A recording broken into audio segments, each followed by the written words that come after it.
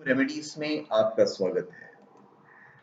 और हम आपको बताएंगे आज विष्णु पुराण के हिसाब से कुछ बातें कि अगर आप सड़क पे चल रहे हैं और अगर आपको 6 चीजें दिखाई दे तो वहां से दूर से निकल जाना चाहिए या कट के निकल जाना चाहिए। उनके पास से नहीं निकलना चाहिए या उसको क्रॉस करके नहीं निकलना चाहिए। रोड पर चलते समय कई प्रकार की चीजें दिखाई देती है। इन चीजों में कुछ अशुभ और नुकसानदायक भी होती है।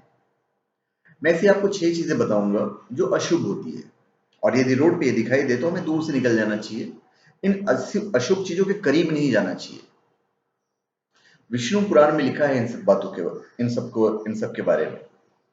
कुल 18 पुराण बताए गए हैं। इसमें से एक विष्णु पुराण भी है। इस पुराण में सुख समृद्धि और पवित्रता बनाए रखने के लिए कई प्रकार के नियम बताए गए हैं। इन नियमों का पालन करने पर भगवान विष्णु और महालक्ष्मी के साथ ही सभी देवताओं की कृपा प्राप्त होती है।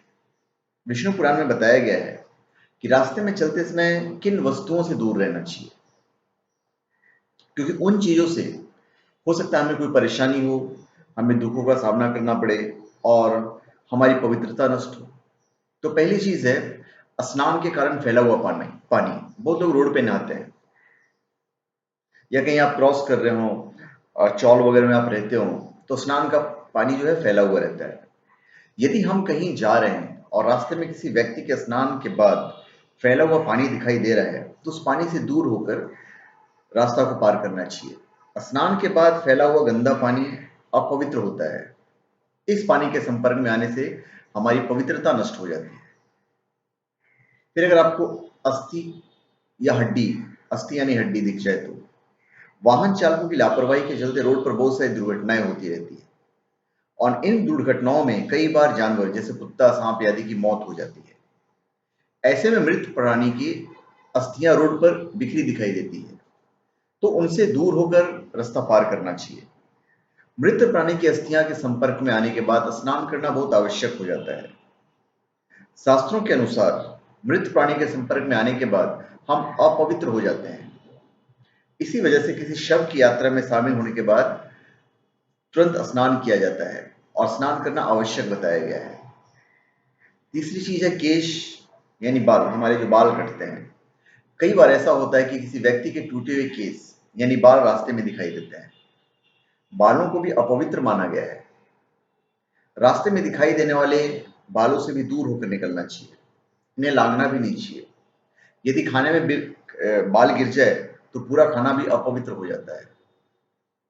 फिर कंटक यानी कांटे। आमतौर पर यदि रास्ते में कहीं कांटे दिखाई देते हैं तो हमें दूर होकर निकलना चाहिए, अन्यथा पैरों में कांटे चुभ सकते हैं।